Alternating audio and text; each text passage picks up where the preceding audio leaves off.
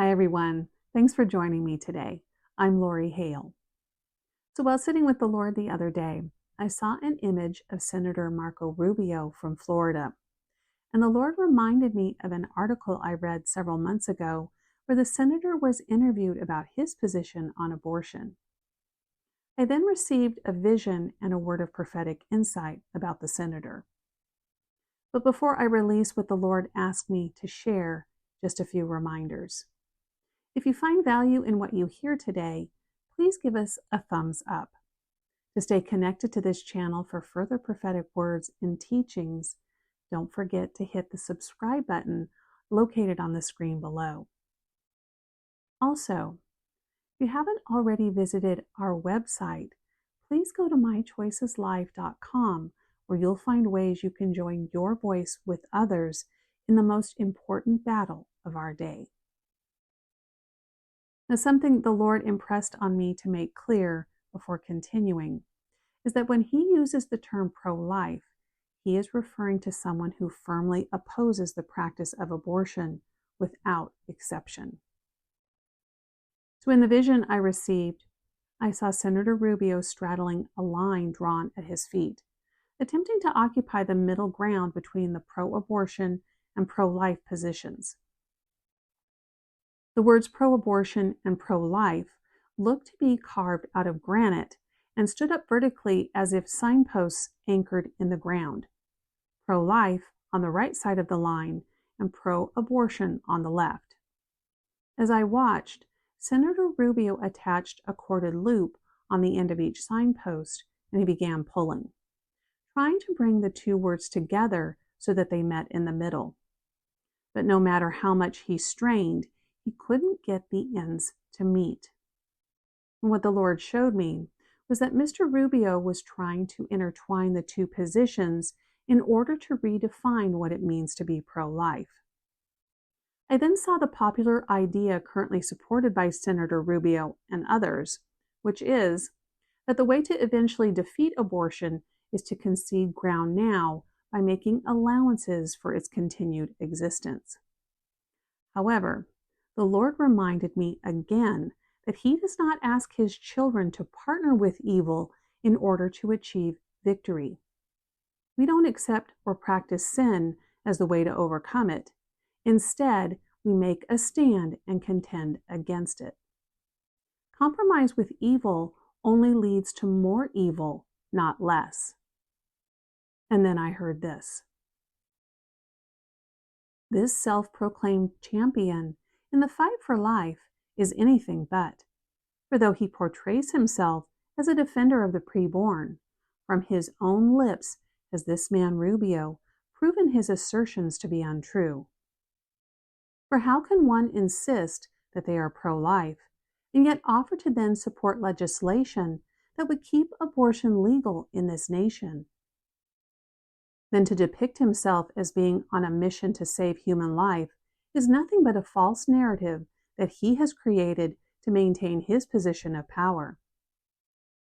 For surely has his reasonable-sounding rhetoric proven to be effectual with the American people, as he is thought by most to be anti-abortion. However, if one were to examine the facts, they would find that this man Rubio has given himself over to compromise as a means to garner political favor. For he too has accepted the lie that allowances on abortion must be made in order to win elections. So though the truth is not difficult to see, still are many fooled by this man Rubio's persuasive verbiage. For with carefully crafted words has he framed his argument so that his conciliatory approach to abortion is viewed as the logical path forward, as he is now convinced that holding a hard line on abortion to be a costly mistake.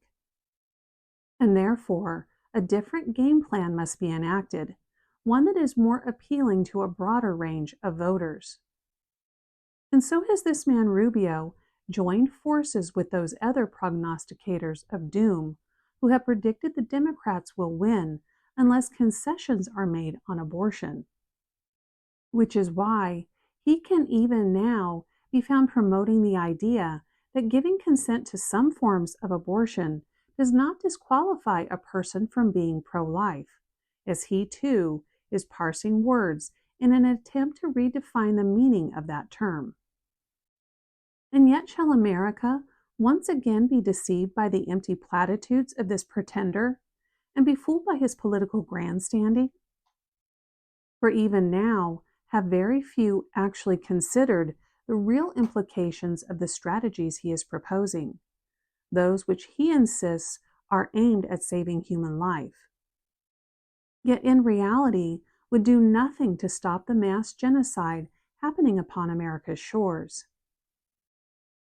And since this man Rubio's current position on abortion is similar to that of President Trump, it should come as no surprise to find his same point of view already being embraced by many who claim to be pro-life, as their hearts have already yielded to compromise, and thus are they too willing to sacrifice the innocent if it brings about more Republican victories.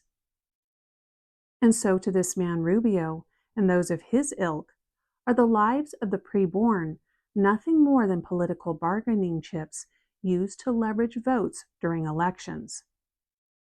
For no one who truly stands for the rights of the preborn would ever treat their lives with such little value.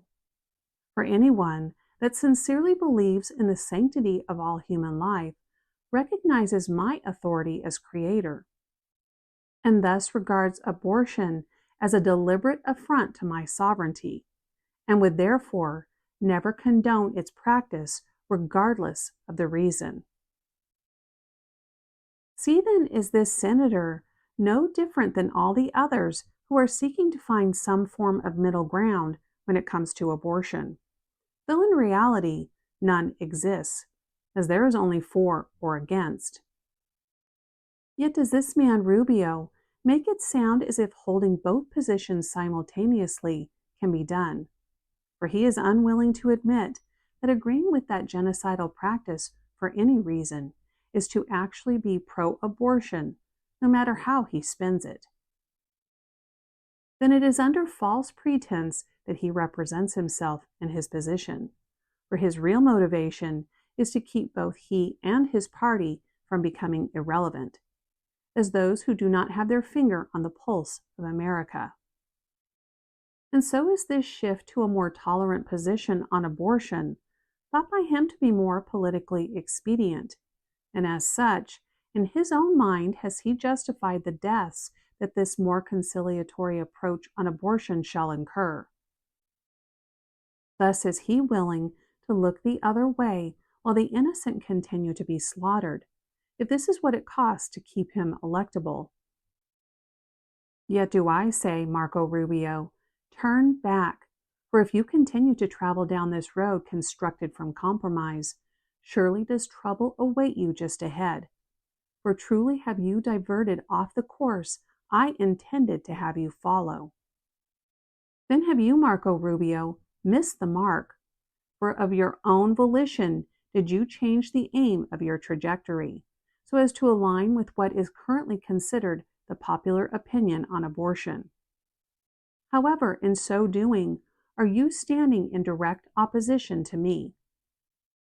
As such, Marco Rubio, even now can the blood of the innocent be found upon your hands, for surely are you in full agreement with their slaughter, and thus shall you too be counted as complicit in their deaths.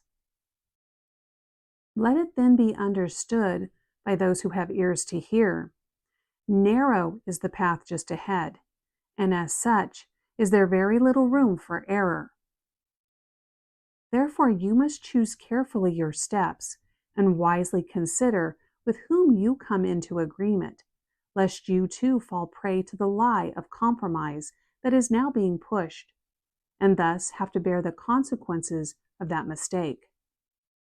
Then do not take lightly my words, but walk circumspectly, thus allowing wisdom to guide your way, instead of joining the foolish whose choices are always swayed by the opinions of man. See to it then that you reject the lie of compromise now being perpetrated upon this people, and do not align yourselves with anyone who has accepted it.